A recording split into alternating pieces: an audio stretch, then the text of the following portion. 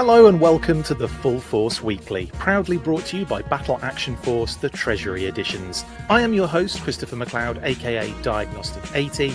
In this episode, I bring you all the news from the past week in the world of G.I. Joe. So what is it, me?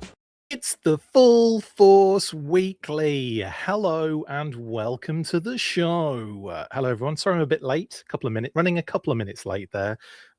It's just, hectic times all the time. Anyway, hello, hope you're all doing well. Got a lot of news to talk about this week. I haven't really summarized it, so we're just going to be going into everything that happened this week again, because I was doing a lot of news bursts this week, obviously kind of keeping people on their toes. But if you prefer to wait for the weekly, then I just want to make sure everyone's getting all the info and my thoughts and everything as well, and lots of people in the chat. So there we go. Anyway, hello everyone. Callister, Real Zim, Let It Roll, Paul Morales, PJ Hambo, Lightfoot, Scott Skeen. Hello everybody. Hope everyone is doing well. And to anyone else that joins, of course, and or is watching right this minute but not commenting, hello and welcome to the show. Now, we shall start obviously with a crap ton of comics news this week. I've got loads of cool stuff on the horizon for all of you as well, which we'll talk about in the shout outs. But we've got like special episodes popping up. We've got a new series, kind of like a spin-off series of the show starting, which I'll get into a little bit later on. It's going to be fun. It's going to be lots of cool stuff. And you've even got some fun reveals to look forward to as well. So not on this particular episode, but on those episodes I'm talking about. In any case, let's get on with it, shall we? And we'll start with the comics news, as they say in France.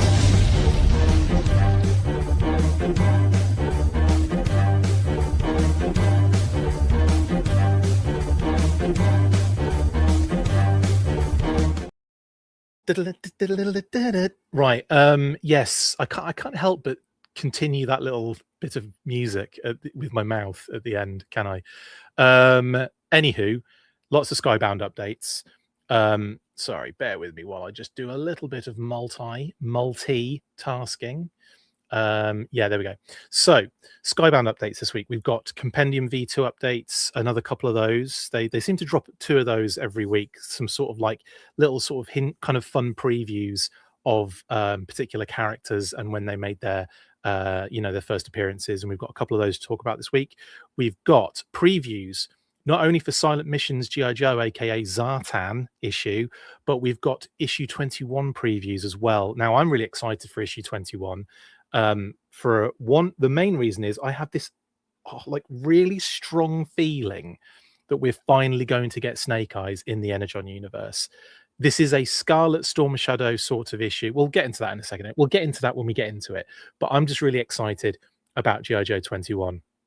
Anyway, first up, we'll actually talk about, he says, not actually pressing the button, the 2 updates, or the coming soon to Kickstarter promo posts they've been making, Skybound, in regards to their compendiums, volumes 1 and 2, which I believe is March 24th.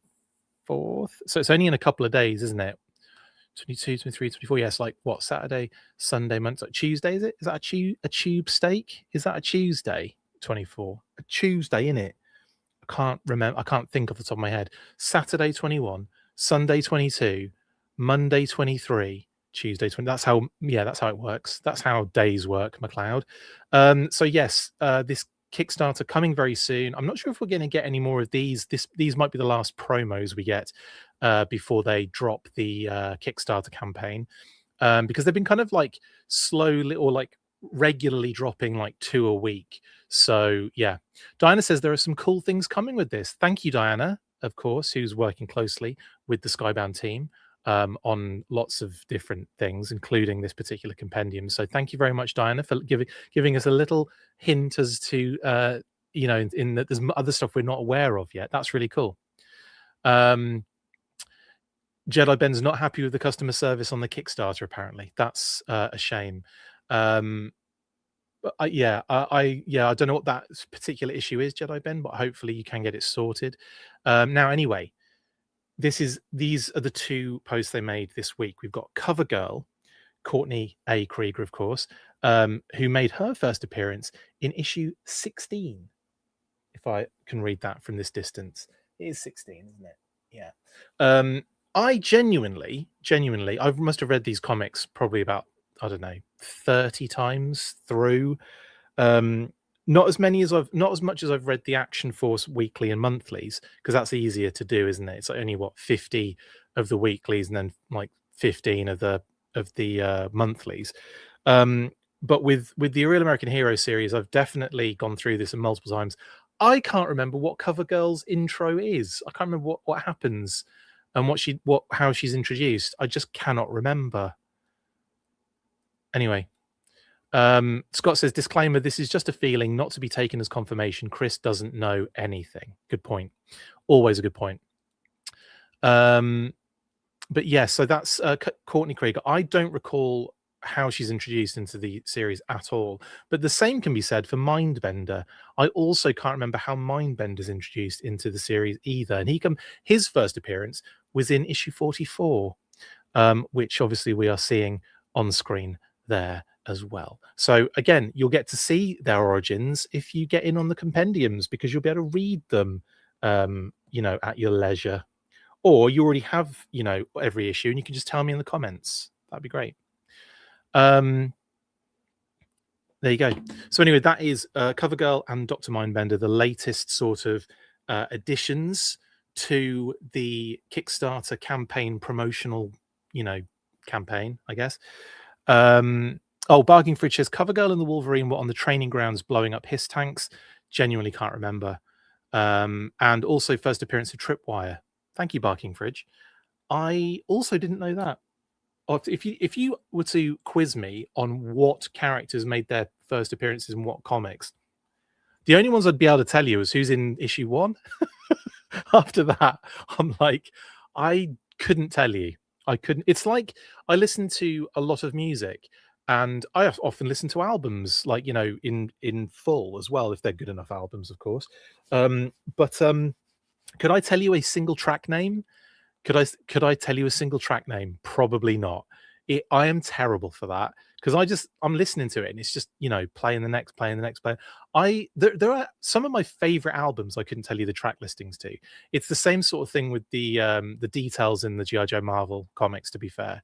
And I have read these multiple times as well. I remember I would read the entire Marvel run and special missions if I was doing lots of like traveling. So if I was flying anywhere, I would genuinely I would have my app up and I'd be getting all the issues and literally reading through them, and I would cycle through them a lot, and I can't remember a sodding thing that's happened in any of them. Hello Destro Designs, happy Saturday to you as well. Right, so that is the Kickstarter posts for this week for Skybound's compendiums. Let's move on to the new comic book day this week, and we got the very interesting, and I genuinely enjoyed this issue. Very, very cool issue of the Energon Universe G.I. Joe ongoing, where Duke finally meets Optimus. Spoilers ahead.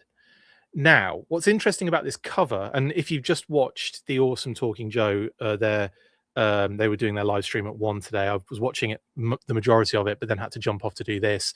Really enjoyed the channel. Go check out Talking Joe. It's really good. Mark and Tim do a great job interviewing and then reviewing all these issues and everything and going through them. It's great. With this particular issue, it comes at a time in Transformers, who just had their issue 30. It comes in that issue where Prime, and again, spoilers ahead, sorry, that's just how it is. Optimus Prime and Elita 1 have just had this sort of like, clash. Elita 1 has been stuck on Cybertron this whole time, kind of like in the mud, in the trenches, battling, feeling like up against it, while Prime and a lot of the other Autobots and most of the Decepticons have been on Earth, literally fighting it out. Now, the space bridge or whatever, there's a portal opens and an opportunity opens for Elita One to open a space bridge portal to Earth, and she basically does that particular situation, keeps the portal open, has a massive Barney with Optimus Prime. They have a massive fight. Well, she just kicks his butt basically, and then in the end, Prime is just like, "Look, stop. I appreciate I appreciate this. You're angry. You're mad that we're on Earth and we're not coming to help on Cybertron. Yada yada yada." She feels betrayed. She feels she feels let down, and so Prime effectively says, I'm giving you the leader, the matrix of leadership." And the fact that the matrix, it does not just, it can't just be passed around willy nilly to Willy or to Nilly.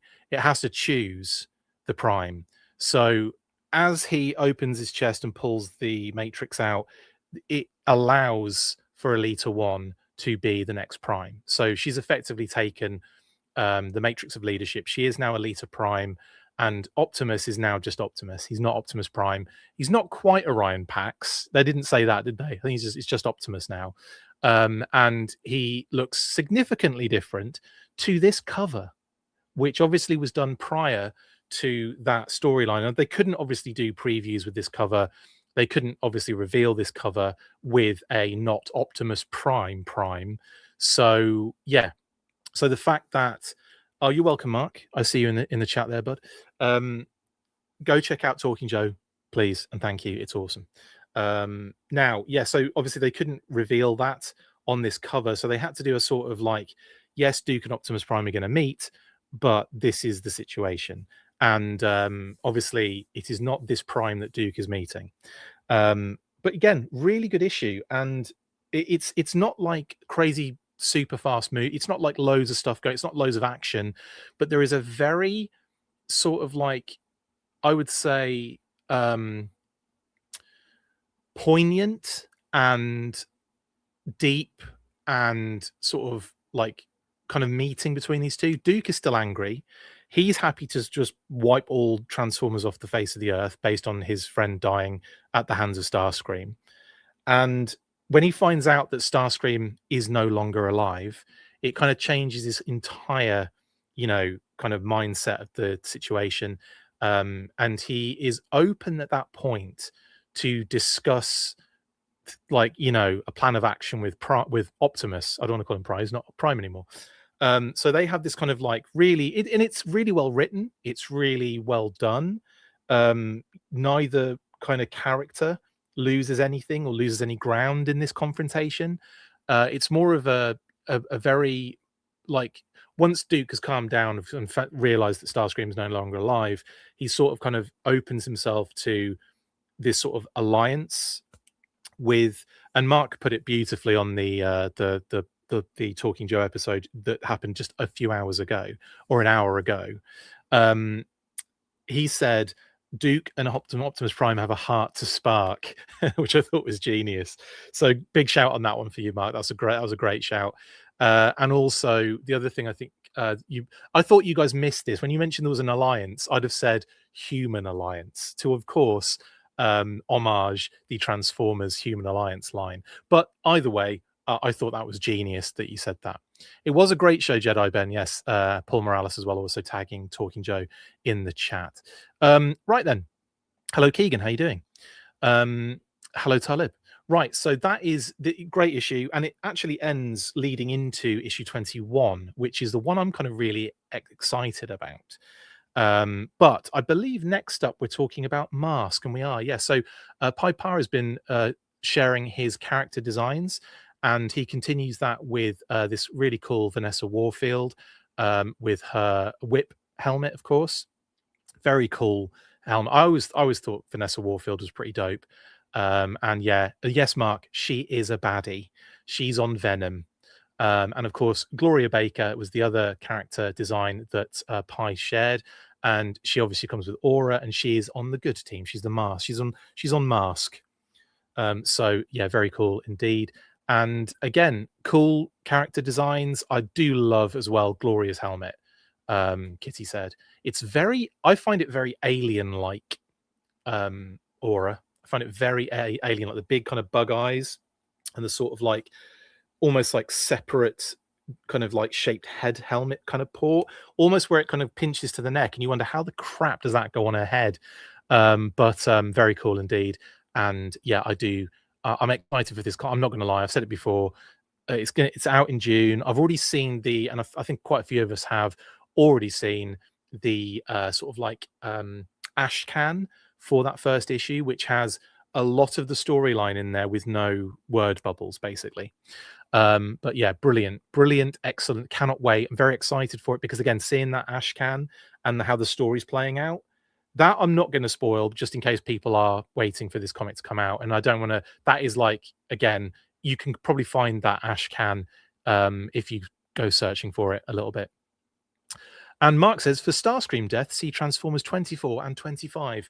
Thank you, Mark. Appreciate the extra detail there. Now, moving on, and we get the Silent Missions Zartan preview. Now, we kind of obviously they've revealed the covers and the whole premise that Cobra are getting their own Silent Missions kind of spin off for A Real American Hero. So we're moving away from Energon Universe and we're coming to A Real American Hero, the Larry Hama penned side of the G.I. Joe Skybound universe. Skybound. Let's not say universe because that's going to get more confusing. But this is the Real American Hero continuity, and this one's really cool as well. Now we've had Baroness and Crimson Guard so far in terms of previews. This will be obviously Zartan, and then we have two more, which I've forgotten who they are already off the top of my head. Isn't one Firefly? I can't remember now. Mark, can you let me know who the other two are? Because I've completely forgotten who the other two in the Silent Mission Silent Mission issues are. Just completely gone a blank there. Now, anyway, this Zartan issue, as we see here, we get a little bit of a kind of like, I would say like a what's the word? Like an homage to that sort of hockey puck style thing that's in, I can't even remember what episode it's in. Oh yeah, Copperhead and Firefly. Thank you, Mark. Copperhead and Firefly are the other two issues on the Silent Missions. Of course, that Copperhead cover is gorgeous as well, isn't it? Yeah, I really like that. Yeah, this is going to be some cool Silent Missions. And that, yeah, so this hockey puck that they bat around in one of the mini series, right, with the Dreadnoks, that is shown on this first page at the top of the panel there, but obviously it's doing a lot more damage. It's some sort of weapon, some sort of EMP or just general bomb explosive device which takes out a city block, shall we say. And looking in the distance at, to see this firepower, obviously this is a staged explosion, maybe a testing sort of scenario. Duke is there. You've got, I think, Scarlet and Dial Tone in the background, and then a bunch of sort of like lab technician type characters. And then as we're looking through Duke's binoculars as he brings them down, and then we're looking through Zartan's binoculars as he brings those down, looking at Duke and the T and the rest of the team doing the test, and then there's I love this because it's Major Blood and he's got an eye patch, but then Major Blood's one scope, which is again genius, by the way, that comes down, and you've got Major Blood and his Python Patrol Vipers. Yes, that's it. It's the Weather Dominator. Thank you, Scott. It's that little piece from the Weather Dominator. That's exactly what it is. So yeah, obviously we'll see how it's utilized in this particular silent issue. But that's a nice little homage. Yes, thank you. It is a piece from the Weather Dominator, Scott. Absolutely. Which would have been in the second miniseries, right? Anyway, so there you go. You've got basically the players involved in this one: Duke, Scarlet, and Dial Tone for the Joes, and Zartan, Major Blood, and the Python Patrol Vipers for Cobra. And as the preview continues, we see the Joes kind of basically putting that Weather Dominator piece, or I don't know how they're going to use it in this, but that's the homage, isn't it? Kind of like putting it back in a box and carting it into the Tomahawk / Eaglehawk. You've also got there is it Spirit? You've got Wild Bill, Lift Ticket. You've got Breaker, Muskrat, and Lady J, and they're basically loading it up into the Tomahawk. And there's Duke, give them the old, the old salutes. They get into the chopper, cargo, in tow, and they take off, and that's where Major Blood and the Python Patrol Vipers kick into gear. So I'm interested in obviously how this pans out, where what they're utilizing this particular laser core for. Thank you, Scott. And also what how that's gonna, if it is it gonna tie into the mass, the not the mass, the Weather Dominator, or in any way, shape, or form. Don't know. We'll have to see, won't we? But anyway, very cool indeed. Very excited to see what happens in this silent mission. This is a Tom DeFalco written story with Pat Olive is the artist and John Calitz as colors. And then we have covers by Olive and it's Calise, isn't it? Olive and Calise for the obviously for the main cover A. Then we have is it Fornes? It usually is, isn't it? Yes, Jorge Fornes on cover B, where he's kind of got the mask coming away from his face. We then have the black and white sketch version, or inks technically. So that's just Olive's cover, and then you have the Forney letter cover, which obviously they all connect to make Cobra. So this is the third issue along. So this is letter B on that one. So there you go. Very interesting and cool silent mission to come there. I do like these silent missions, but I'm also a fan of special missions, and I really wish they, and to be fair, they've kind of been doing the odd issue that is like a one shot that is in the universe but sort of like standalone. But I would love to see some special missions come back. I'd love to see some like sort of like standalone specific Joe's necessary missions, where we actually have some dialogue and some storyline as well. Not saying that the silent missions don't have storyline, they obviously do, but in terms of dialogue, I'd like to see that as well. But loving the fact we're getting some Cobra special missions, and can't wait for this Zartan one as well. I think my favorite so far is hard to say, because one, I love aspects of all three so far, based on the previews.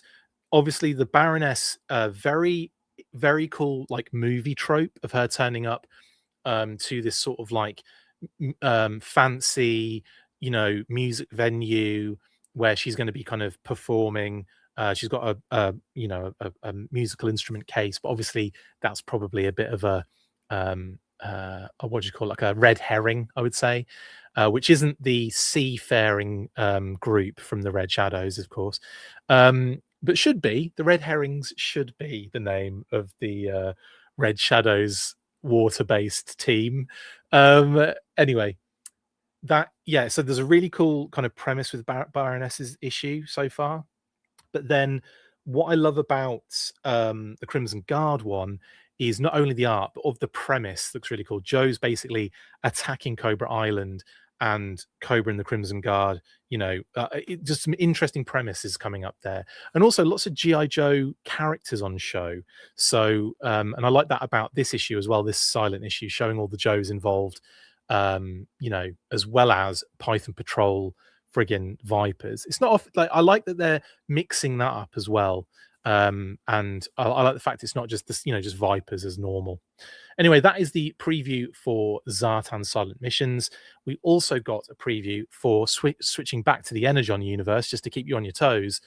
The issue 21, which is going to be focused around Scarlet and Storm Shadow, but also the team sort of like going to, help basically as well. We've got the Snowcat here, we've got Frostbite in this particular intro, and it's like the narrative is kind of like a mission, kind of like log of what's going on there, which is really cool. So we see again the Snowcat, nice bit of product placement there, considering we will a nice bit of, not product placement, I would say product synergy, or with the fact that the Snowcat is coming, of course, in the classified series. But anyway, we see obviously this kind of setup. Now, it's not a silent issue, but it is sort of a silent issue to some degree, where it is narrated at the beginning like that as like a log, and then the information you get going forward is sort of in these little narrative boxes as opposed to dialogue. So it's kind of a silent mission, but not, or a silent issue, I should say, based on the fact that obviously G.I. Joe 21 in the Marvel series was a silent issue, famously. So I like the fact that we've got this kind of like sort of silent issue going on here with issue 21 again. And here you can see obviously Scarlet and Jinx. You know, Scarlet clearly wants to get Jinx out of the situation that she's in with the Arashikage. Um, and of course, you know, the kind of fact they're trying to keep it on the low, that they know each other. Scarlet's already infiltrated the Arashikage. I can't remember how that even finished now.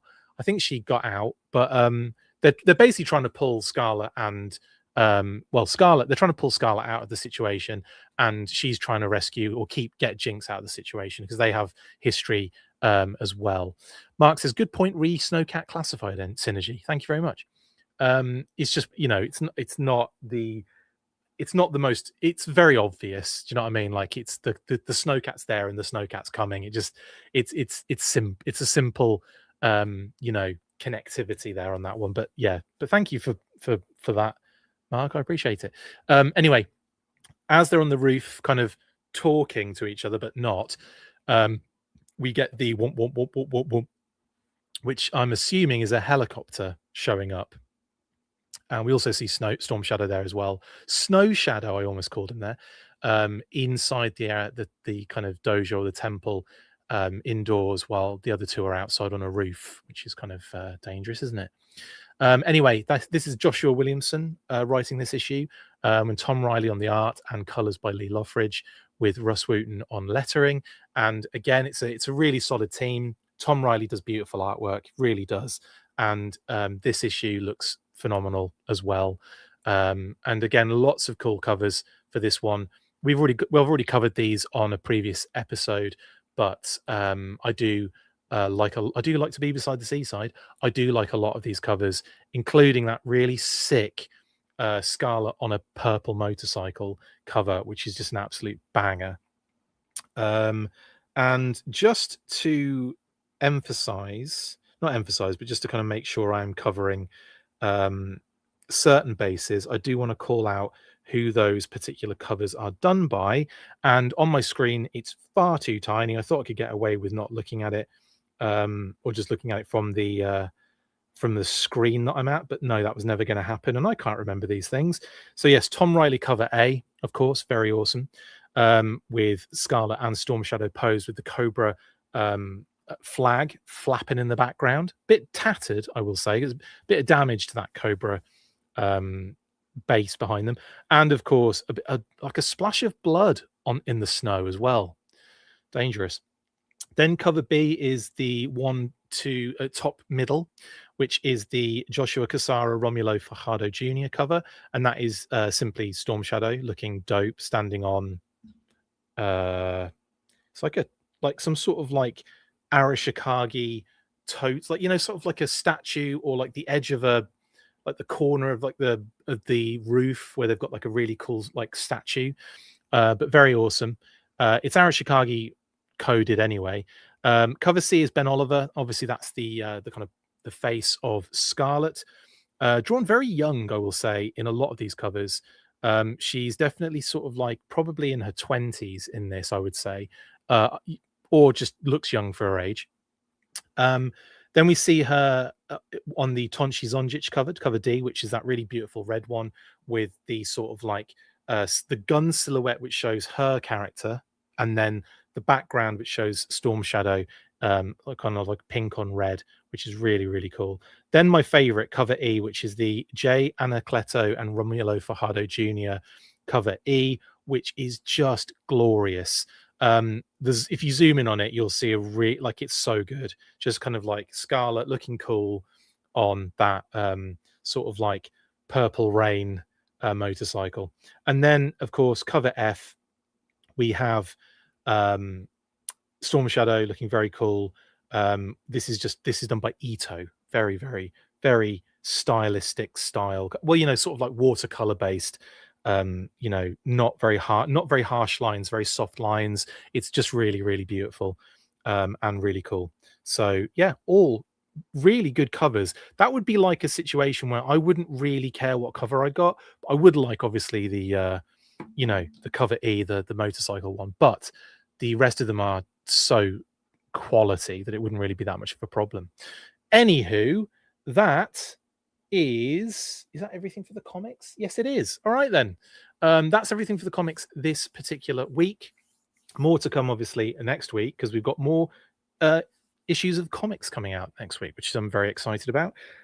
Loving the Skybound series still, and of course, we've got a 3-year anniversary popping up, which blows my mind. By the way, how have we had 3 years of Skybound comics already with GI Joe, the Energon universe, as anyway, and a Real American Hero, of course. 3 years already.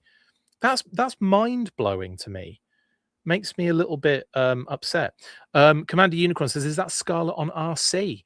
Could be. It could be Commander Unicron. That'd be really cool, actually, if they do. If they actually reveal that in the issue, if like RC is in the issue, that would be so dope. I'd be well into that. Bit of Transformers crossover, and obviously the other thing I was going to mention about this is I have a strong. I would. By the way, I don't know. I just feel like this would be the perfect way to introduce Snake Eyes to the Energon universe. Like maybe the last panel, the last page turn, Bosch, big reveal. They've been doing it a lot in the Energon universe. A lot of big reveals. Um, but yeah, I cannot wait. What are you saying, Commander Unicron, about the Kickstarter kicking off? Yeah, I've already mentioned that about the Kickstarter for the 24th. But you're saying no. I don't know why you're saying no on that one. Anyway, lots of cool stuff to come. And like I said, the my betting on this one is that we see Snake Eyes. I don't know, but I have a funny feeling. I have a funny feeling that there would be a perfect opportunity to do it. And also, we're so far into the freaking you know, the life of this universe to not have Snake Eyes so far, and for it to be doing as many reprints as they are is crazy to me. Just imagine what the Snake Eyes covers are going to do. Imagine what the Snake Eyes, like, I don't know. I don't know. SVF and G says issue 21 Snake Eyes shows up and won't shut up. That'd be quite funny, wouldn't it? The just constantly talking like me. Anyway, that's it for the comics news this week. I obviously will have more next week. Now we have got some interesting news to talk about in the world of merchandise. Should we do it? Yeah, let's do it.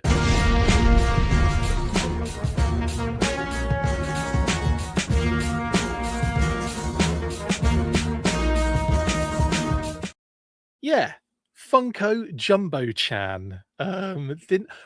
We did see this coming because cast your minds back all the way to Toy Fair back in February, and where we got to speak to the wonderful B-Mac and Lenny on the floor, and from a couple of pictures as well, of course, of the booth. This particular Jumbo Chan was already revealed at Toy Fair, which was quite fun.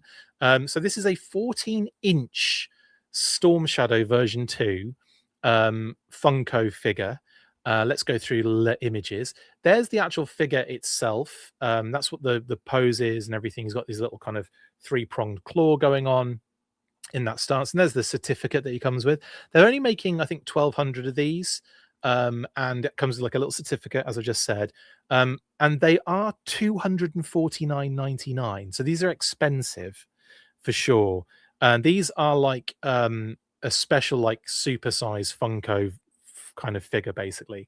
And they've done them already. They've done multiple different Jumbo Chan releases in the past, and now we get Storm Shadow. What an interesting one to lead with, by the way. Obviously, love version 2 Storm Shadow. I love the figure.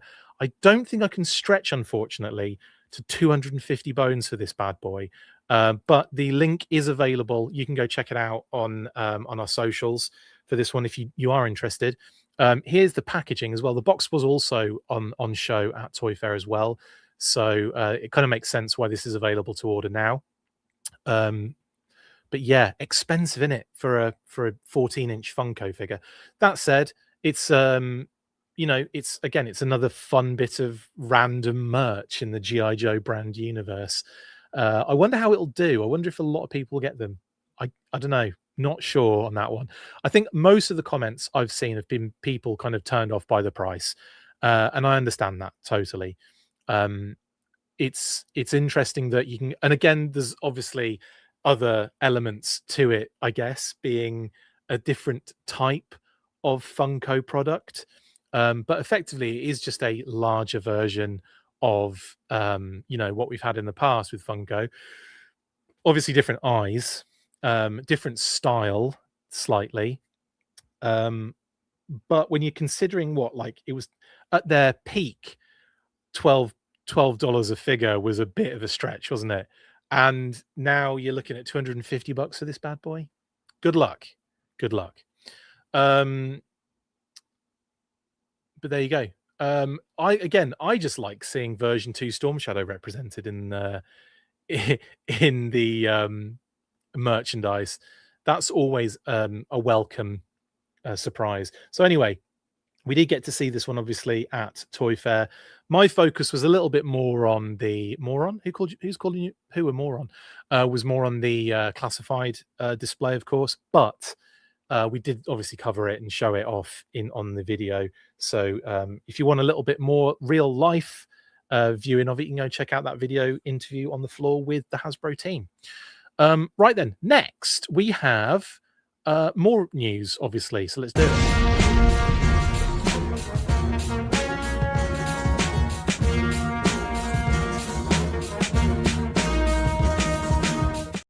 Another bit of merch, another bit of expensive merch also. This is also around about the same price, I wanna say. This is in the 250 kind of department, I recall. Now this is Iron Studios' latest statue. This beauty is a 1/10 scale art scale statue. It's a BBTS exclusive. It's limited edition, and you can get it obviously BBTS. You can go to our BBTS, go there and get it. But I mean, if you're looking for the links, we have posted this on our socials. But yeah, this is it kind of came out of the blue a little bit, but obviously it's actually 287.49. It's actually 287, but it's much more expensive than the 14-inch Funko figure, which you kind of hoped that that would be the case to some degree. But this is the Dead Game edition, and obviously shows Snake Eyes in his red getup from Snake Eyes Dead Game, courtesy of Rob Liefeld from a couple of years back. Now, like I said, that is available to order from Big Bad Toy Store. It's a Big Bad Toy Store exclusive and limited edition statue, and features timber as well, of course. Now they've already done this statue. Mark says for all those Dead Game fans. I did like my Dead Game 3-0 Snake Eyes. That was pretty cool. I think it was 3-0, wasn't it? Yeah, that was pretty dope. But yeah, like, it was it was a bit of a divisive comic, bit of an interesting, weird take on G.I. Joe and Snake Eyes. I thought probably sold more issues based on the cover options than it did on the quality of the comic, which is a shame. It certainly was an odd story to follow and a weird one, but it is what it is at the end of the day. So yeah, so that's Snake Eyes and Timber. Here's a couple more shots of the statue. We did report on this obviously in the week when we were talking about some of the other news that was kicking off. But like I said, that is available BBTS, limited edition, and also exclusive to BBTS for $287.49. 1/10 scale, for those asking. I think it's about 8 inches tall, 8.10 inches. That's 20.60 centimeters in height. 1/10 scale, made of polystone and other materials like diamonds, maybe. Just based on the price. Based on the G.I. Joe Snake Eyes Dead Game comic series, detailed sculpt, hand painted, BBTS regional exclusive. There you go. That's your lot for that one. Next, we have some other news that I always forget what it is. I can't remember. You can't expect me to remember everything, guys.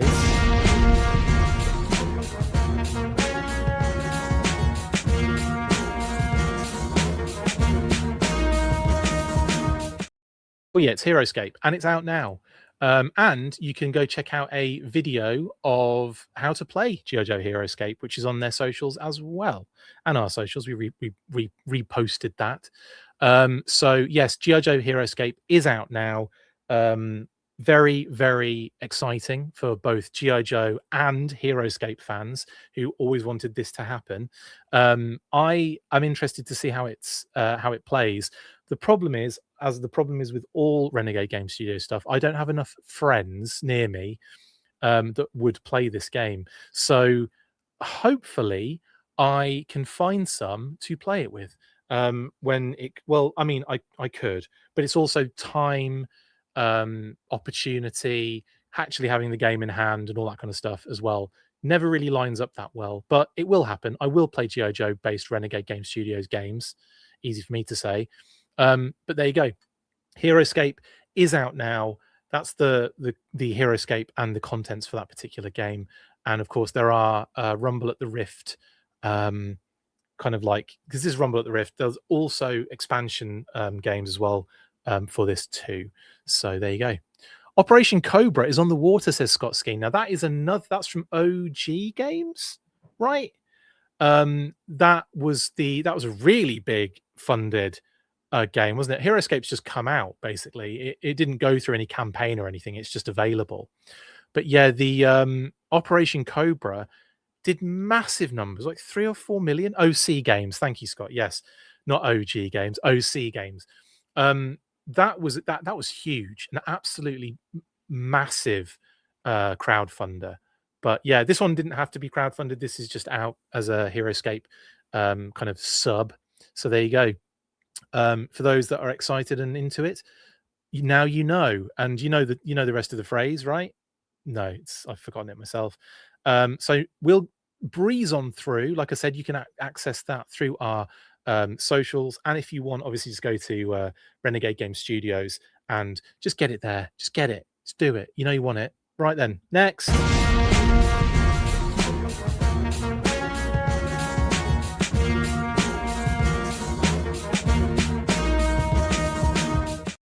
Yeah, cycling through the news today, but there's a lot to get into as well. And this is one that's going to obviously take a little bit more discussion, I would say. So, Wrath of Cobra is getting an arcade version. XA Arcadia announced this. Now, they've done it. Obviously, XA Arcadia have done this with a couple of games in the past. This was really cool. This obviously, there's a video out showing the gameplay on the cabinet, which is pretty cool. They showed off artwork that's going to be used on the cabinet. They showed off the gameplay for the first level, I think it was. And yeah, now cast your minds back. Wrath of Cobra showed up on Steam, and of course was available for Xbox, PlayStation, you name it. It was sort of available for it. Not on my version of the Xbox, unfortunately, but it was on the Switch. So thankfully, I got to steal Kate's Switch and play it a couple of 100 times.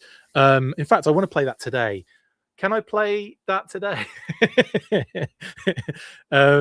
Anyway, so yeah, Wrath of Cobra came out.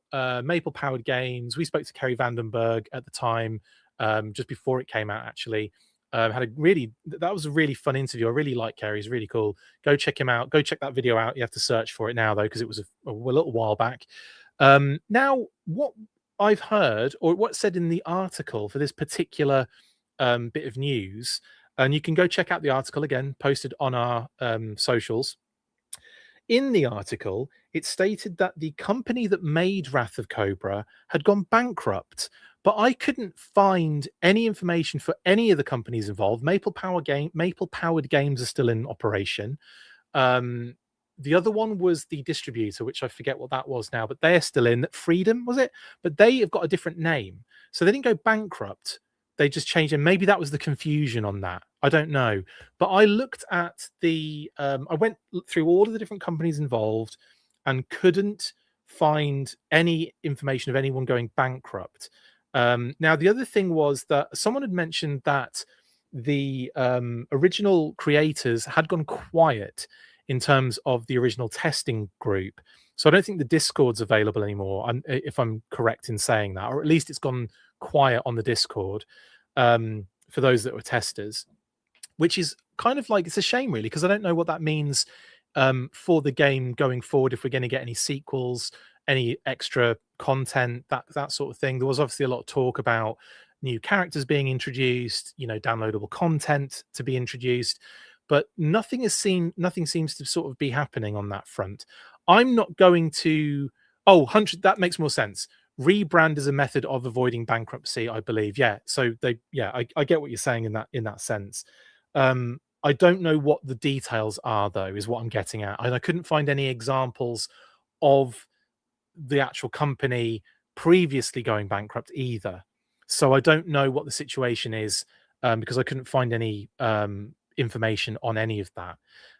As far as I can tell, those kind of companies are still in operation. But that is a very good point. Um, yeah, that's a very good point, that as a method of avoiding those sort of situations, um, setting up another company or whatever, and just, moving certain operations over or what have you, is a very good way of doing that.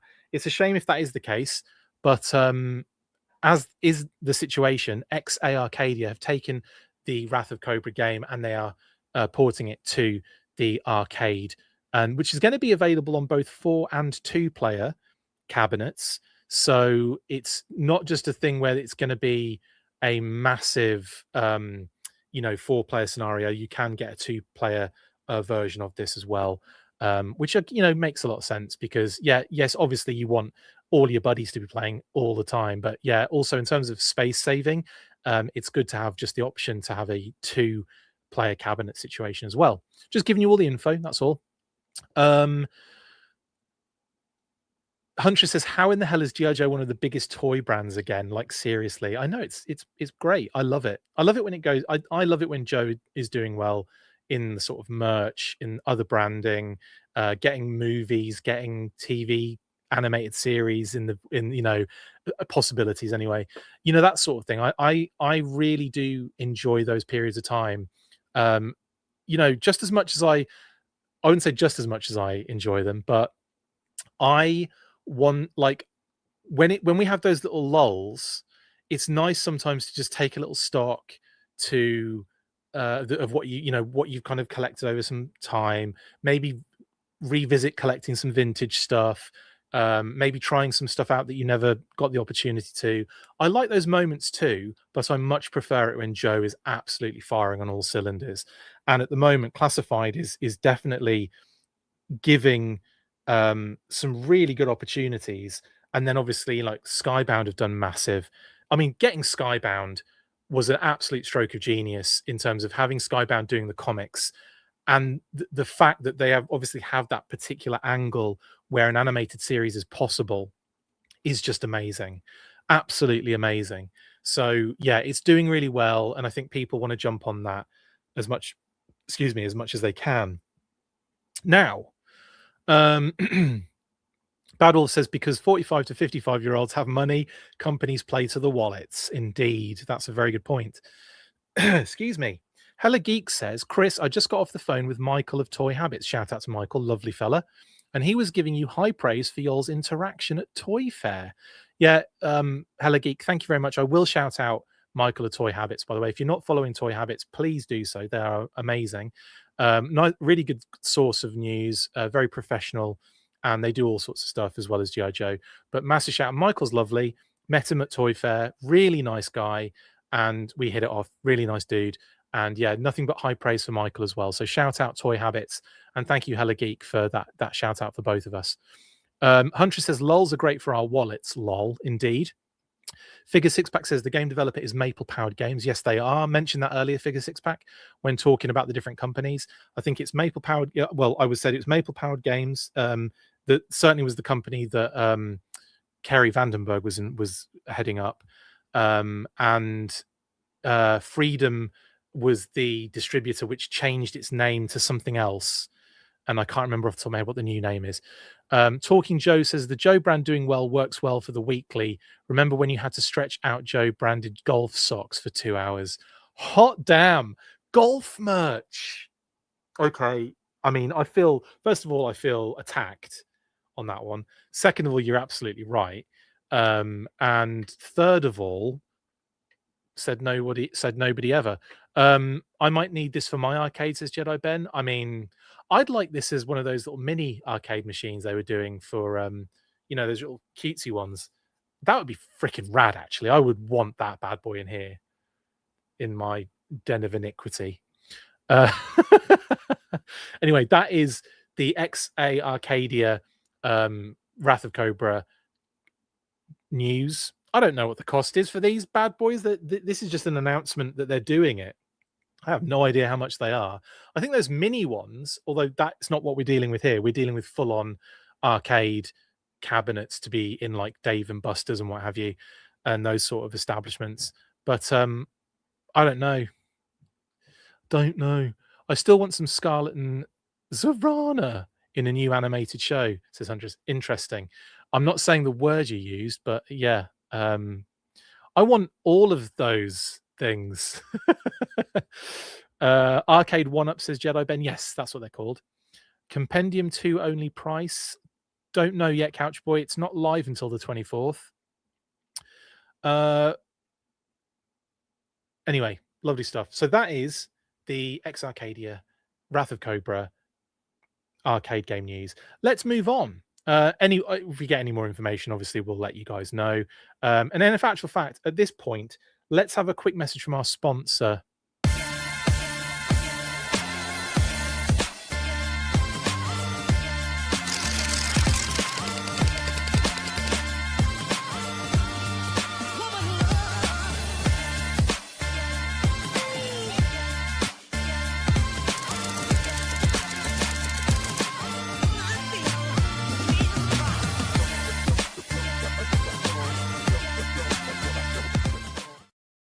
Order your deluxe treasury editions of the Battle Action Force comics today. Totaltoybooks.com in the UK and Europe, Skeletron.com in the US, and Amazon for every other elsewhere situation. But yeah, beautiful books, and I can't wait to actually finish the show now and get stuck into volume 2, which I planned to do. I've got so many plans that never actually happen. I need to get stuck into that second volume. I need to change out my Night Force Falcon head and put it on my first Falcon figure. I still need to do that. I fixed Lifeline, if anyone was concerned about that. I glued his little holster, glued that back on, so that's happily fixed now, and I'm over my initial sort of like terror of thinking that was removable from the actual strap, as opposed to just no, you take the whole strap off, McLeod. So anyway, that's fixed. And the other thing was Sci-Fi's backpack, which I just ended up getting a replacement for that, so that's sorted. Even though I did fix it temporarily, I've just got a replacement backpack, so that's that. Outback is still injured, by the way, for anyone that cares. I took my Outback out back when it was super cold. When it first started snowing, we had this huge, the first wave of snow was massive, but we had an even bigger second wave of snow. But the first wave, I took all my figures out, the snowy ones, to take pictures of. Ended up like they were outside on a tray, and as I was like going through the motions of it, I went to take Outback and get him into position, and snapped his arm off because it was so bloody cold. Like he froze basically, and I was absolutely gutted. So he is now on the stretcher, strapped up, like pretend strapped up with a sling, being dealt with by Lifeline until I can find my another standard issue Outback somewhere. Anyway, that sad times. I love that figure as well. Thankfully, I still have my Tiger Force Outback, of course. Do you know what's really funny? How many figures had I broken before all this happened in the space of about a month? 0. I'd broken none of my figures. Outback was because I made the foolish decision to take him outside and he froze. And then Lifeline was because I thought the holster was removable and pulled on it until it popped out. Thankfully, it was a piece that is factory glued, so it wasn't like a major problem. Major. And then Sci-Fi, my hat peak knocked him off my display, and he took a tumble where he not only hit the ground, but just prior to that, hit the tail of the Rattler, which made me cry a little bit. I'm like, oh God, please. My heart was in my bum for a second because I'm kind of looking at it going, please tell me I haven't just done massive damage to my Rattler. No, Rattler's fine. And Sci-Fi was fine, apart from his backpack, which the little point where the backpack meets the tab snapped, and of course that was really difficult to fix. Anyway, I'm over the majority of my issues now, but that's my little rant for the moment. That's how I'm breaking so many toys, Huntress. I've given you the full rundown of all my absolute moronic maneuvers. At least Seymour is fine now, says the Figure Six Pack. I've heard that joke already a few times. Right, let's get into the comic collector series from Super7. They dropped the orders. This is the coming soon image because I couldn't be bothered to change it, and I didn't think anyone would notice, and I've just called it out. So now you know, and knowing is third of the battle. But basically, it's available for order now. Not only is it coming soon, it's available. So we got some lovely new product images of these beauties, and this just makes me want to just say to you guys, go watch my Talking Force crossover special with the wonderful Talking Joe, Mark Seddon, where we talked about what we want to see in the collector series, because that's a fun episode as well. I've missed a few comments, sorry guys. My current to-do list is filled with the steps I have to do keep moving on the Big Lob Tunnel Rat training course diorama. Bad Wolf, that sounds amazing. I too want to make a diorama like that for mine, but at the moment they've just got a little IKEA bookshelf space with the starting lineup basketball hoop in the background. I had to make a backpack peg for one of my mole rats, came without one fresh out of the box.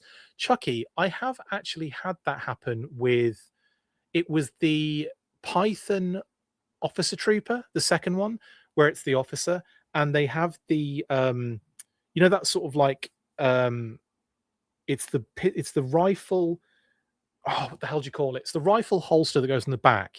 The tab was too small. It was just a nubbin. It wasn't an actual tab that goes in. So it's like held in by hopes and dreams. Dinah says you'd think Outback would be tougher than that. You would, actually. But he's literally out in the cold now with his t-shirt on, so that's his own fault. It's my fault, of course. Poor Outback, that's some kind of meta toy play. He'll pull through. He's a survivor. I know I thought I'd make the most out of the broken part and just kind of like put him in a situation where you could still keep him involved, you know? You're not going to damage the Rattler by dropping a figure on it, says Huntress. Well, true, but you never know. It could have just caught, like it could have fallen on the front where I've got the blast effect sticking out of the gun, and that could have snapped that off, you know? You never know. I would play Risk Heroscape Axis, says David. Cool. Mark says, Tim says his comic pack pick is Biggles Jones. Yes, I did hear him say that on your episode, actually, on was it the last week's stream? So yes, great shout, actually, Dr. Biggles Jones, for a comic pack. Shout out to Tim. We'll get Tim on as well, and we'll do another one of these when the next one comes out. Mark, how's that sound? Anyway, this is cool, and a lovely shot of the actual figure out of you know, an action shot of Cobra Commander in this styling. Very nice indeed. And another shot there with the comic as well, the Skybound reissue of the Marvel issue 1, limited to 5,000 pieces, by the way. But there you go. That is that. I don't think there's any more to really talk about there, other than, yeah, just that. I just put this image on there, which is the cute little sort of mail away homage page that they did as a promotional sort of like, you know, marketing post, really, more than anything else. Very nice indeed. And like I said, available now. Get involved. Was it 30 bones? So not like I was actually, honestly, I was expecting more. I'm not happy that they're that expensive, and I'm not happy that any figures are that expensive in the current climate either, but I was expecting it to be higher than that. So like silver linings, small victories, and all that. Anyway, so there you go. That is Super 7. Next up, we have something else. I think we're into. Are we into classified? I think we're into classified already. Let's do it.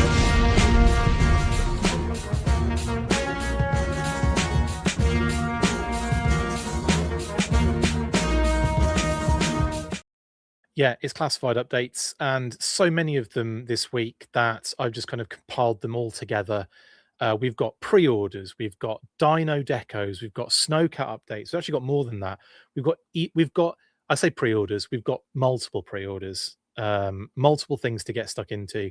So let's do it. Starting with Legacy Special Forces showing up everywhere now in stores.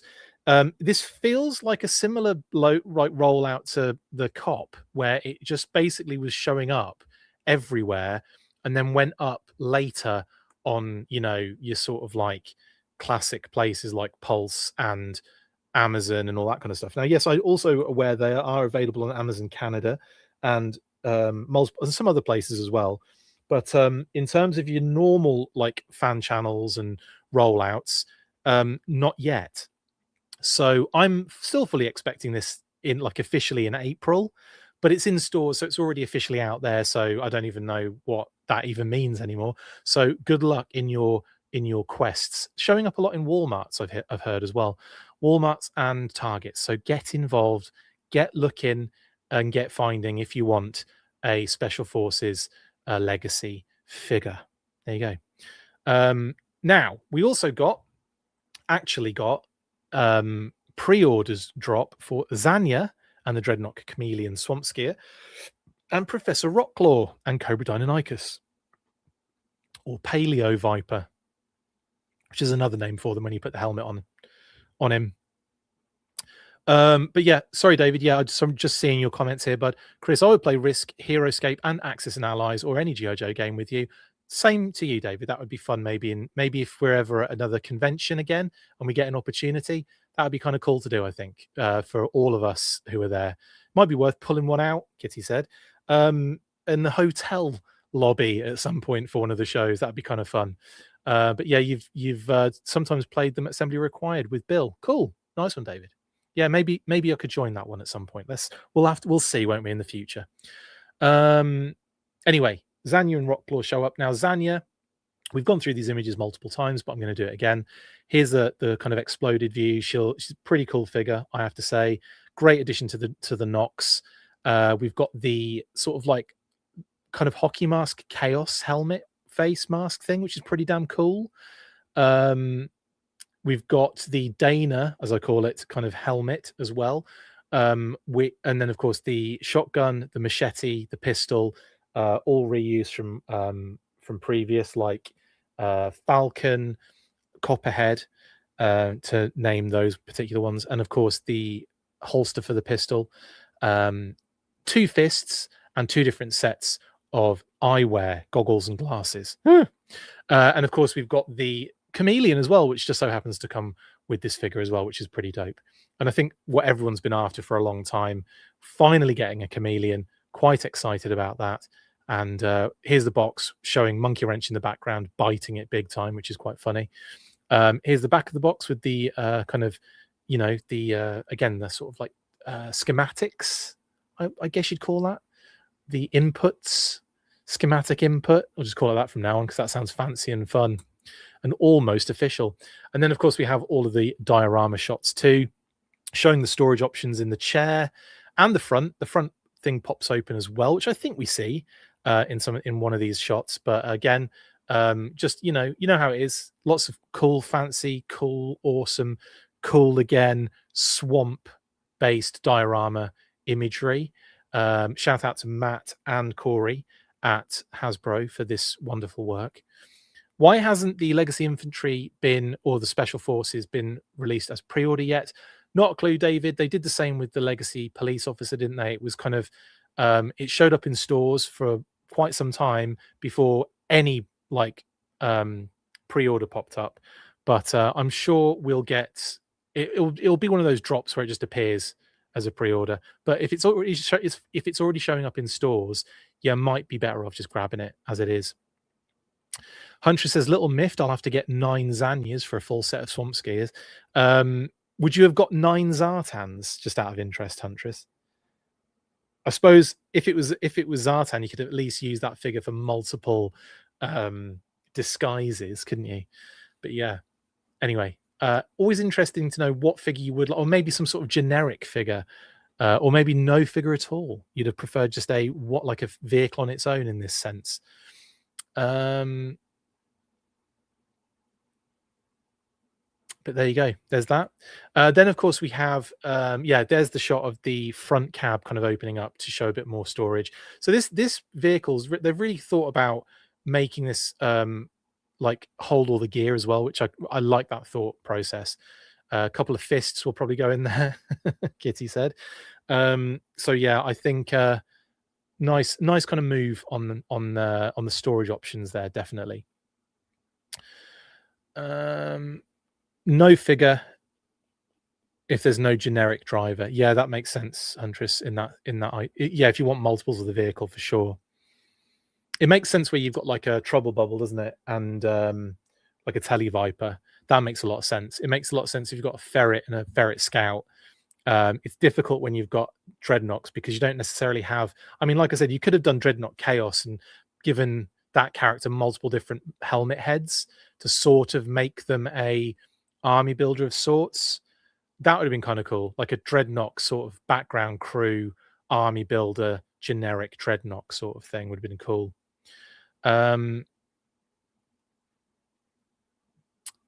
Yeah, there will be flippers that break the setup to sell it, but they'll be selling it expensive, no doubt. Anyway, then we have the Paleo Viper / Professor Rocklaw / the Cobra Deinonychus, which also went up for pre-order as well, and is rather cool. There's the loadout. You get the Deinonychus, you get the harness, the whip, which I believe is Crocmaster's originally. We have the headgear, sort of like articulated lower jaw and spiky nose headgear for the Deinonychus. You've got the alternate helmet head to make a Paleo Viper.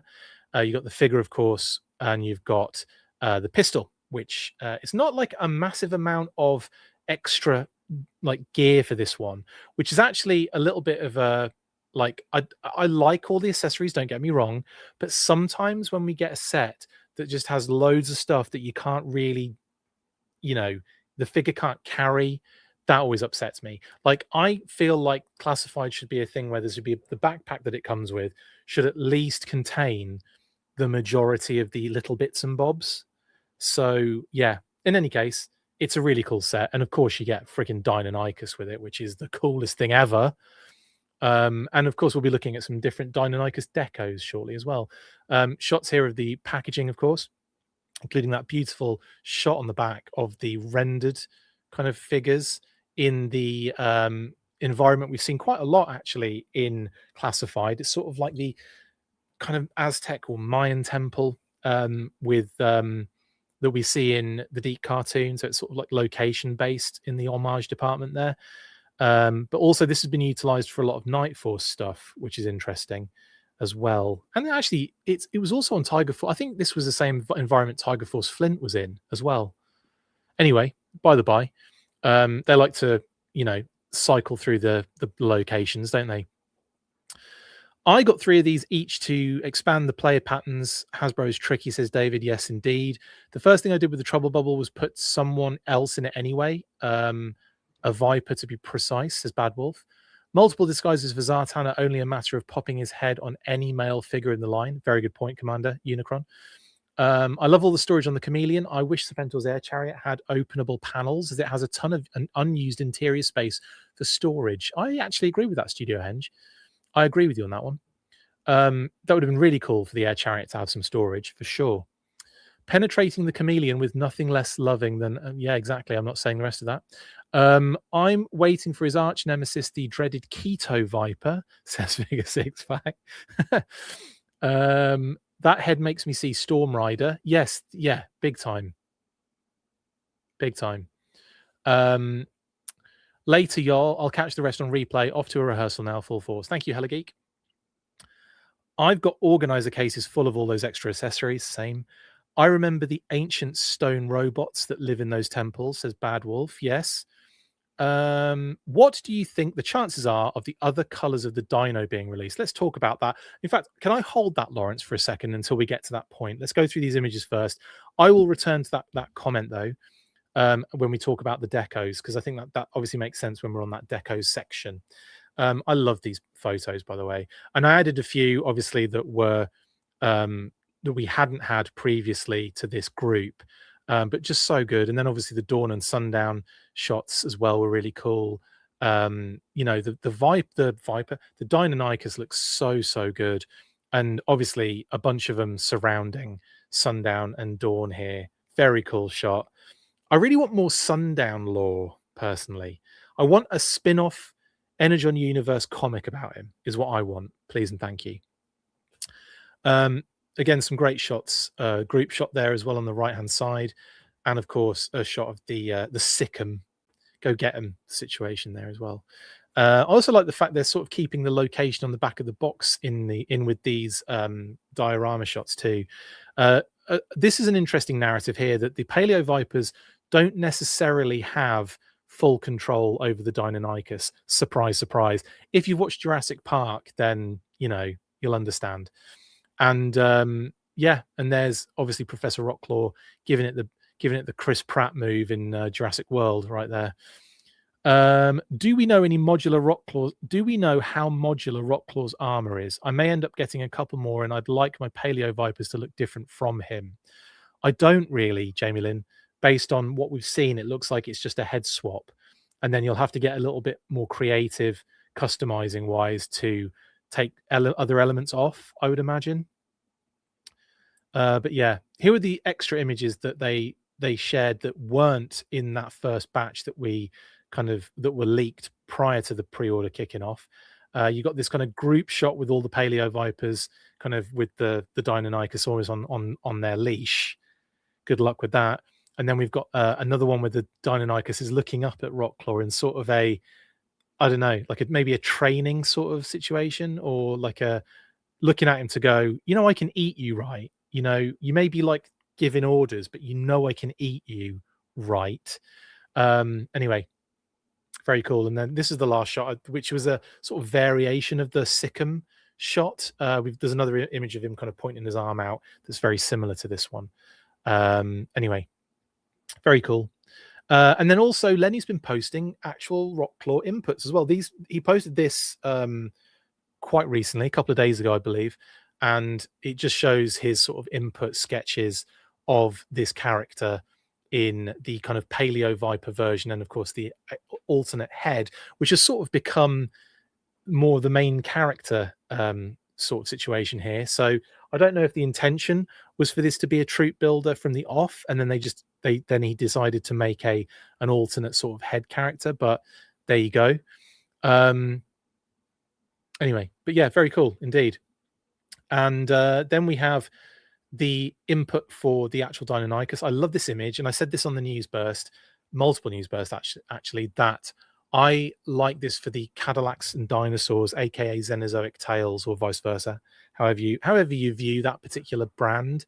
But this is the vibe I get. I get that sort of like Xenozoic Tales sort of vibe in the way that it's designed, and I'm all about that, by the way.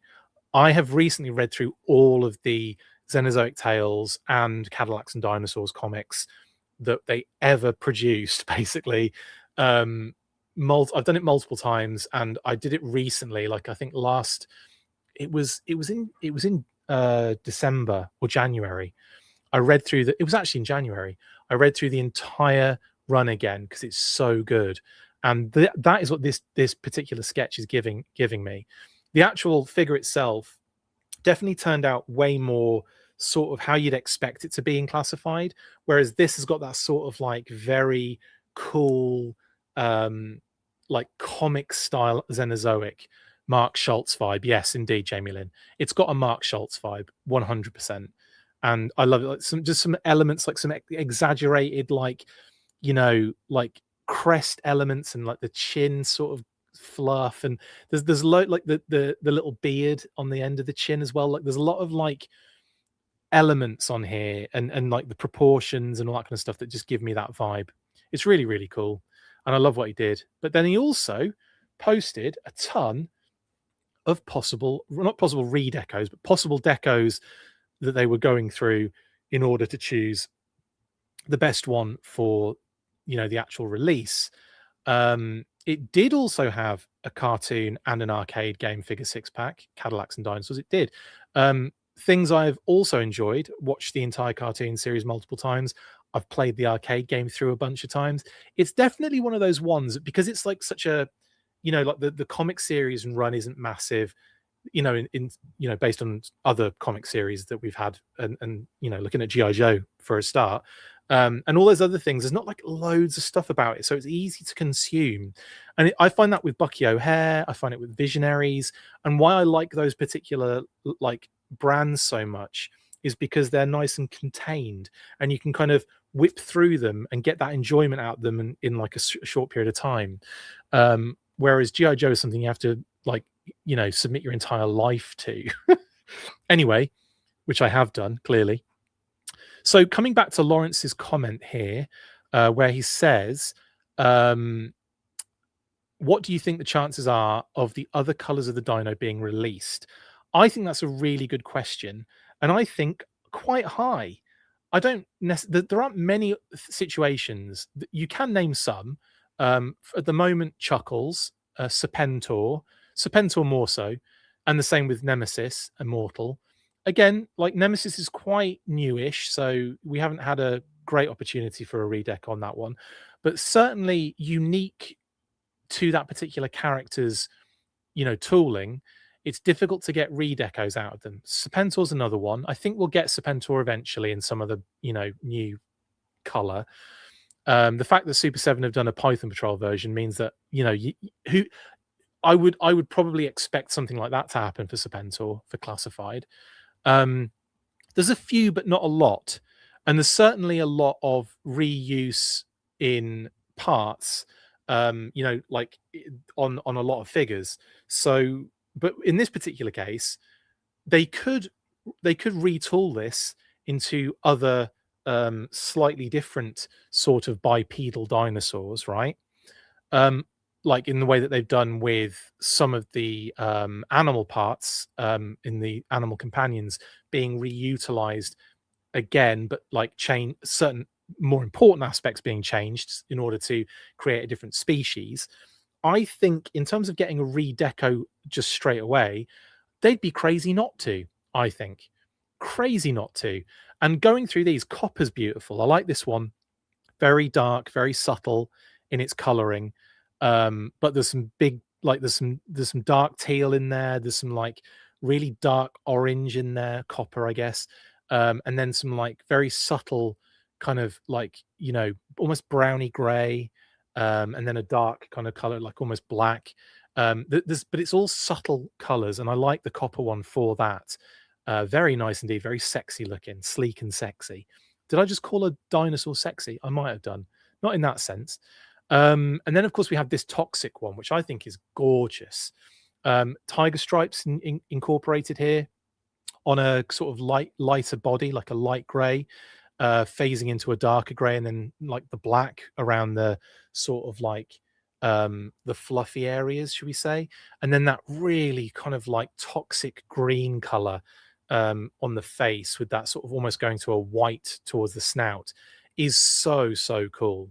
So I would take any of these, I will say. I think toxic is up here as one as a favorite. I like the copper one for that sort of like, let's go back to that quickly, for that sort of subtle aspect. I like this for the sort of more, crazy coloration. I'm going primordial on you guys. Yeah, sorry. The acid one's another one I really like, again, because there's a subtlety to it that also then just goes into complete mental. So you've got the kind of, it's almost like a switch where it starts dark at the limbs and goes in and phases into a lighter color. And you've almost got like stripes and detail kind of growing from the belly up rather than from the back down, which is kind of cool. Again, like lighter fluffy bits. And then you get to the head and it's just like a free for all. We've got all sorts of cool colors. You've got like a flesh tone in there, you've got a light flesh tone in there. You've got a kind of like coral color as well in the head. It's amazing. So I like that too. Is there anything I don't like? Yes, there's a few things I don't like. But in terms of these decos, I'm finding it hard to pick one, but I've picked some that stand out for me. Toxic and Tiger, which we'll get to in a second. Moldy is very similar actually to Copper with a few different changes. So those two I feel are sort of like very similar. I don't really see like it's just one's a bit darker than the other in that sense. But Moldy's there for me, I would say, is probably my least interested in on their one. So they go, not that I don't like it, Huntress, I just don't need that one over some of the other ones. Is how I get around that. Then we have my super favorite, which is the subtle Tiger Force hit. Because again, just it's Tiger Force in it. It's got like the Tiger Force vehicle deco on it, which is just great. So I'm down for this. I'm down for this 100%. Give me this with a lifeline, Tiger Force lifeline, please. And then you've kind of got some sort of synergy where lifeline is looking after this particular I don't even know what the narrative, it doesn't make any sense, but you know what I'm saying. I think this would be really cool as a Tiger Force version. And I know that makes no sense. It doesn't. G.I. Joe doesn't make sense, and it shouldn't make sense. It should be bonkers. Cold is also very cool, but I would say is just above Moldy in my kind of list here, because it's just a more basic version of Tiger Force, in my opinion. But it's nice. It's got like a kind of Arctic vibe.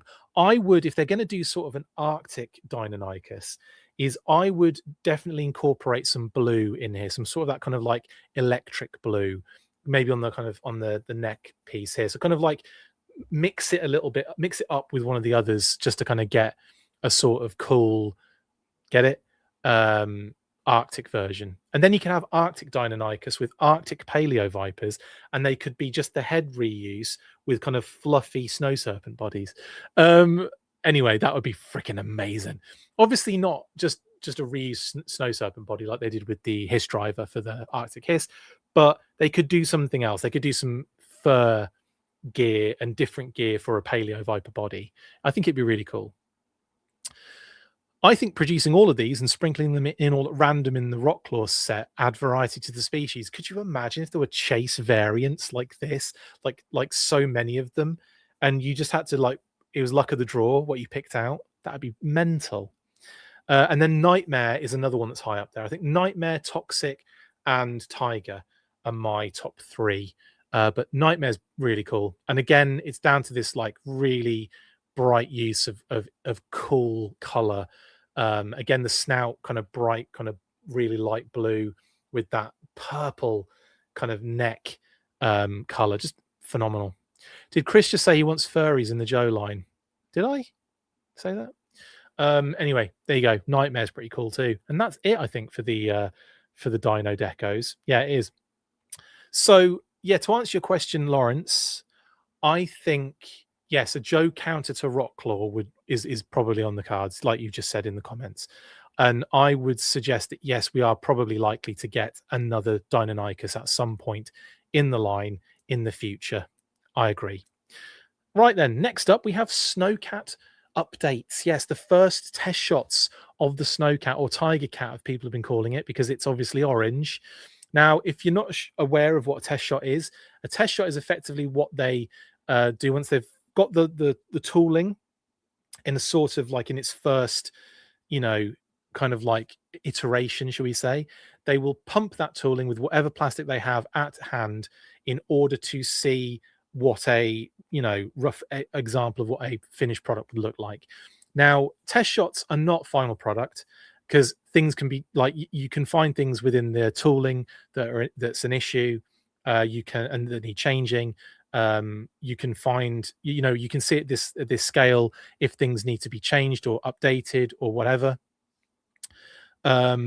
So this is not by no means the final product, just in different colors, but it is going to be close to it. So what we've got here is obviously just random orange plastic that's been pumped into it. My hope is that they were working on something else with random orange plastic, and a lot of people have been saying it kind of looks very devilfish like. Now, I don't know if a devilfish is on the horizon, by the way, and I'm not winking because I haven't heard of a devilfish being on the horizon either in 2026 or 2027 yet. That doesn't mean it's not happening. It means that this means is I'm thinking it'd be really cool if the plastic they used as a test for this snowcat was because they were making in the process of making a devilfish. That would be freaking amazing. What month is the expected snowcat shipping? I believe it's like October, November, right? It's like back end of the year, I want to say. Correct me if I'm wrong, people. I think it's like fourth quarter, basically. October through December. It's in that sort of area. Septic cat, says David. That's actually genius. Yeah, it's like a septic tank, but it's a cat doing poos everywhere. But anyway, yes, there you go. That's the cat. That's the snow cat. And then we've also got this shot of the kind of like lights, exterior lights on, and the other elements. You've got obviously a blast effect in there showing the missile in use, which was on the other image as well. I should have mentioned that, but I didn't. But it's the same thing.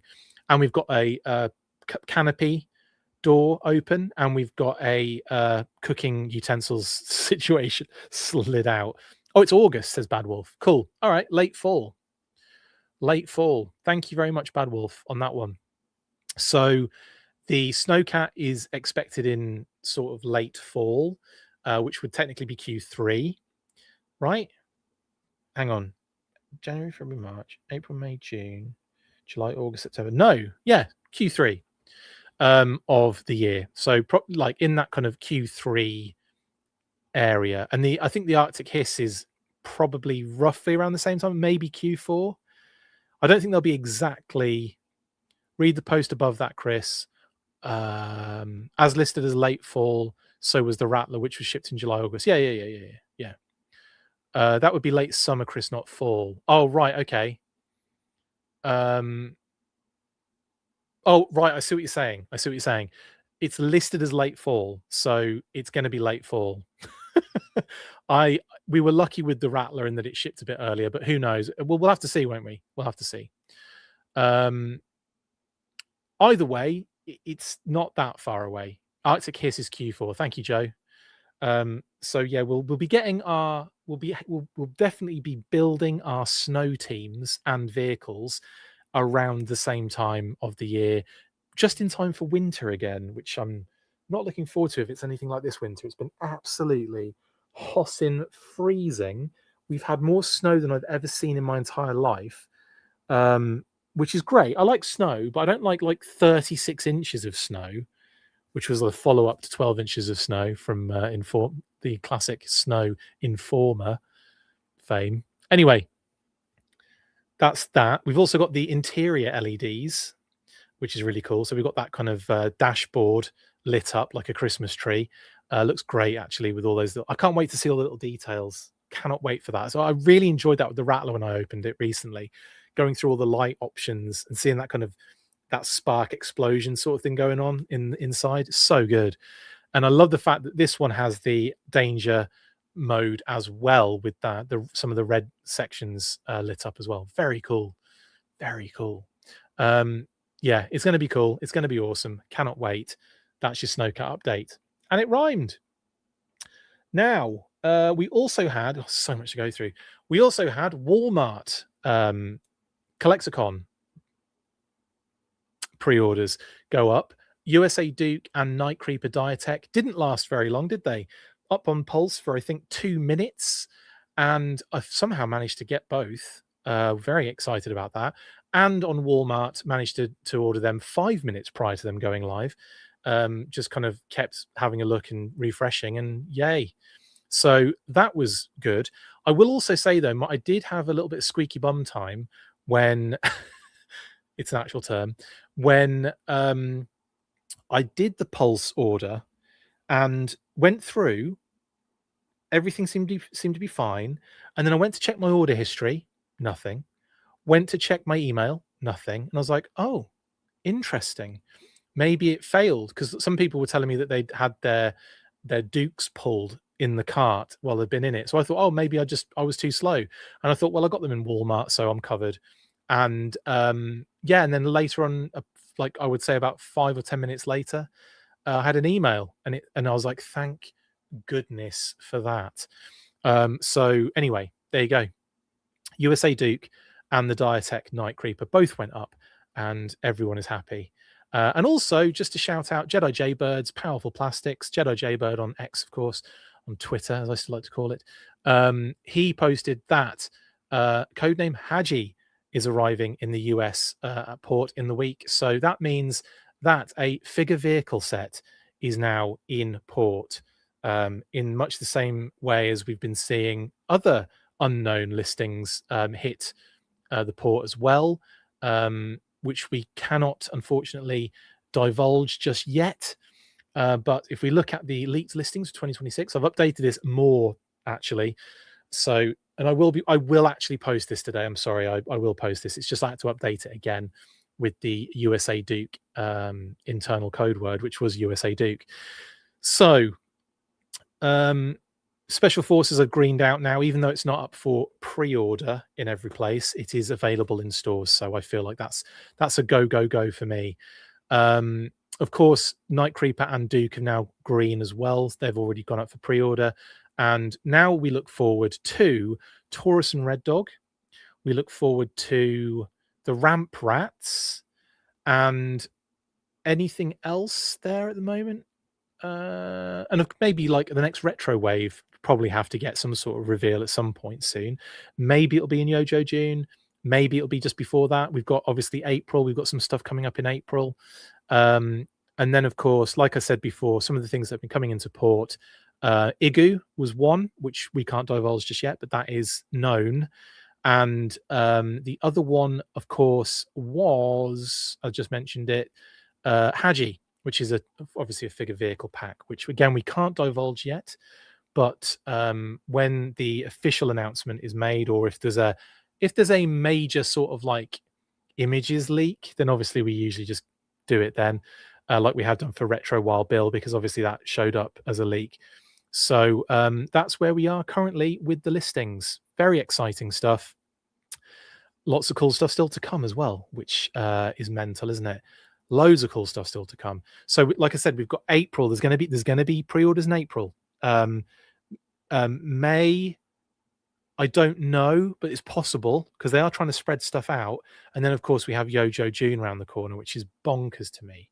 Absolutely bonkers. Right, that's that then. That's that for the listings. No other updates really on that one, other than USA Duke's internal code word, which was USA Duke, which is hilarious to me. And that just does scream lastminute.com as well, doesn't it, when they don't have an actual internal code word attached. Now, name only reveals currently are Iceberg, Deep Six, and Chabang. Iceberg mainline, Deep Six mainline deluxe on his own. By the way, a few people have asked if he comes with the shark. He does not. He is a mainline deluxe figure on his own, and is in that sort of version 1 styling. And then we have Chabang, who is one of a 2-pack for the Target exclusive situation. I thought you said USA Dude. That would have been even funnier, Pop Cult Frenzy, but no, USA Duke, which is less interesting, isn't it, really, on that one? But that the official name only reveals that we have left before seeing anything. Digital renders and revealed figures, we're down to just these now, Red Dog and Taurus, which are up, obviously, in April, I believe. Then we have the 3-pack, the Arctic Steel Core, Drift Viper, and Arctic Saw Viper 3-pack, which obviously is a bit further. I guess maybe Yojo June or further than that. It might even be like in the fall, that one. And then we have Snake Eyes with the Varmint, and the Stealth Viper with Stealth Pod as a 2-pack. That is a versus 2-pack. That is available, will be going up in Yojo June. So we can wait happily and patiently for that, can't we? Anyway, that is that. Then we have the teasers and leaks that are available currently, which is Retro Wild Bill, Deep Six, who showed up in the background of the Hydro Viper, what do you call it? Promo images, and the Ramp Rats, which is the biggest Unofficial official reveal ever, isn't it? No, Huntress, Igu is not Iceberg. Igu is a sort of different situation. Uh, it's in the exclusive segment, whereas Iceberg is just a mainline standard. Anyway, that is everything. Let's get into shout outs and complete this very long episode of the week.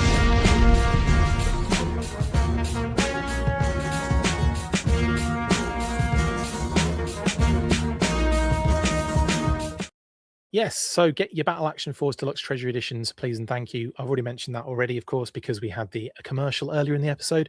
But TotalToyBooks.com in the UK and Europe, Skeletron.com in the US, and Amazon for like a lot of people, I guess. Get in there. Then what else would I want to talk about? Yes, Total Toy Books, indeed. My Palatoy story is still ongoing. We've still got about, I think, 8 days left. I've actually got an interview with Brian and Bob coming on Monday, Tuesday time. So it'll be right at the back end of the campaign that we'll be posting that.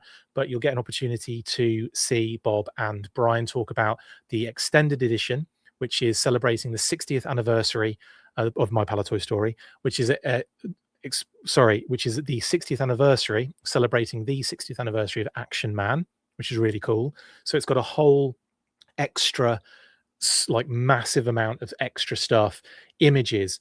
Like, I'll show you them. Here's a couple of really cool pieces of artwork from Greg Hughes for the Action Man line. Awesome stuff. We've got, space based and we've got underwater based. It's very cool indeed. So yeah, we've got all this, we've got beautiful artwork in there. Here's some more beautiful artwork from figures that did and did not make it. Very cool indeed. And of course, this beautiful panel from the Action Man Airstrike, kind of like a little promotional comic, which is very deep. Very cool as well. Again, all this stuff is going to be showing up in the book in the extended version. You can get in on the campaign right now. It's we haven't got much left to go. Let's get in there. Let's get it complete. And here is another great shot from Toy Fair. Like at some point, I don't know the year on that one, but it was when Special Team was out, so it would have been like close to the kind of back end of Action Man. Kitty said. Anyway, look at that lovely shot, and here's a great shot of the packaging as well. That again, we'll get lots of these beautiful shots and images and loads of extras and concept and everything. Get involved. My Palatoy Story is an amazing book anyway, but to get it with this extra Action Man segment is awesome. So yeah, cannot wait. Now, and there's Bob himself. Like I said, we'll be chatting with Bob and Brian on Monday, and I will try and get that episode out ASAP Rocky as well. But yeah, there you go. Lovely stuff. Also shout out to Articulated Points, of course, Pat and Phil. Now, I've got some news about Pat. It's quite exciting, actually, but I'll save it for a moment.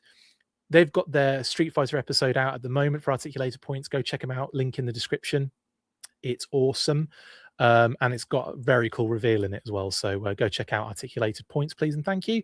Codenameiowa.com, of course. Shout out to Brian for all of our wonderful graphics, and of course, all of the great stuff you can find on codenameiowa.com, including a couple of little pieces of maybe our merch every now and again. Here's a t-shirt I'm rocking right now.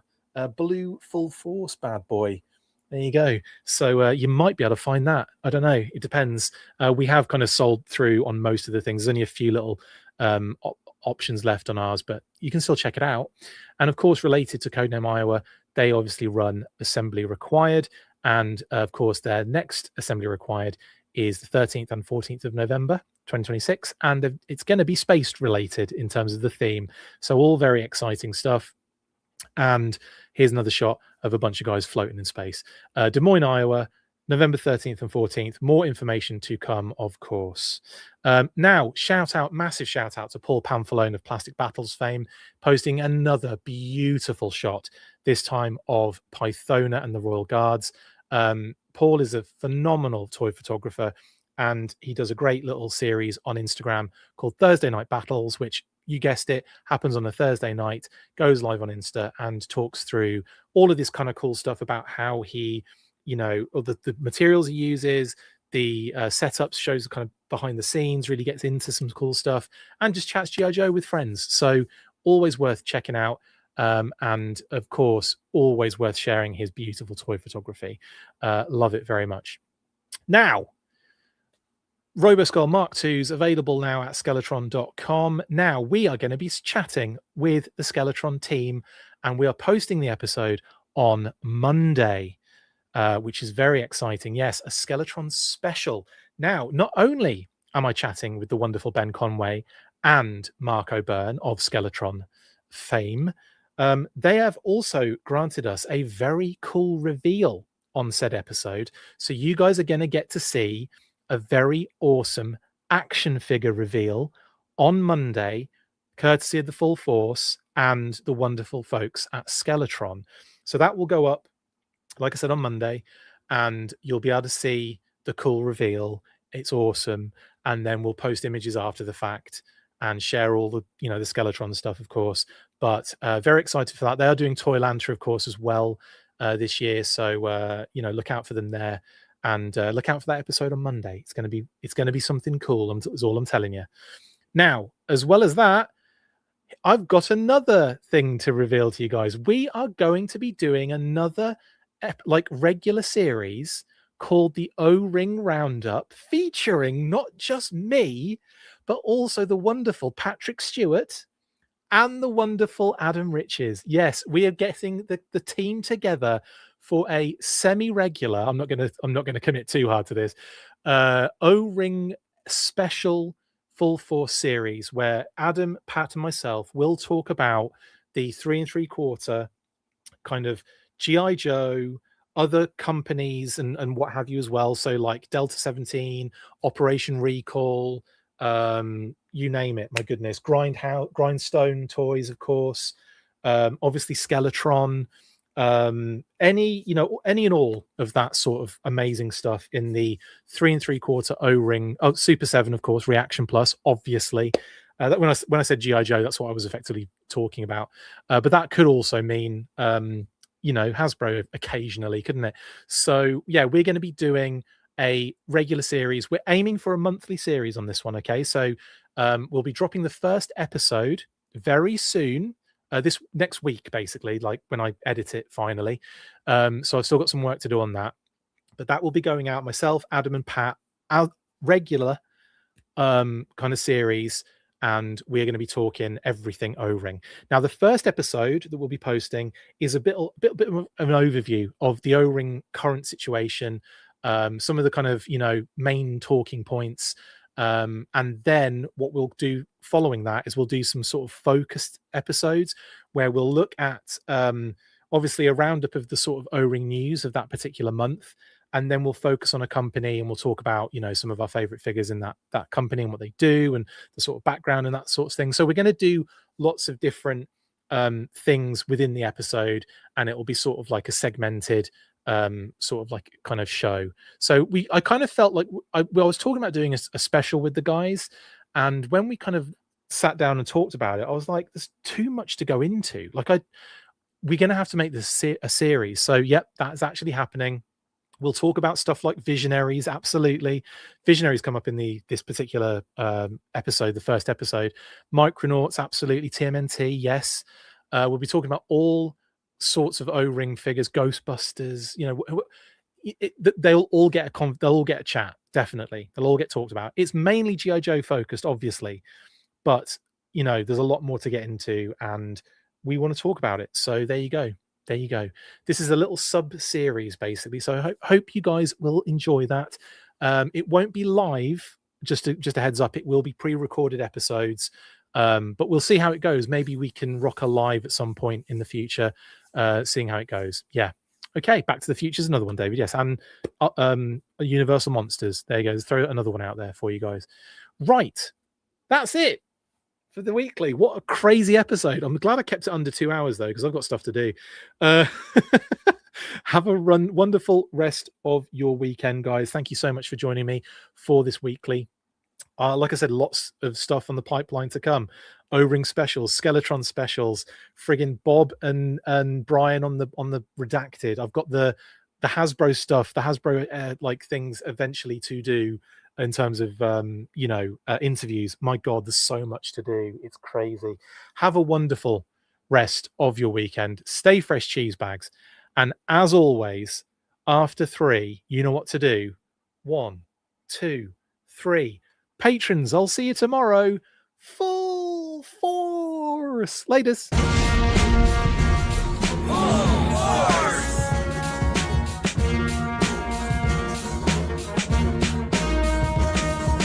Make sure you get involved with the discussion by liking, sharing and commenting on these videos. And as always, you can keep up with the show after listening by following on all of our social platforms, links in the description. And if you would like to contact the show, you can message us on any of those platforms with feedback or questions. We also have a Patreon page, so if you want to show your support for the show, see your name up in lights on these videos, or enjoy exclusive bonus content, then check out patreon.com/The Full Force Podcast, or click the link on any of the posts this podcast appears in.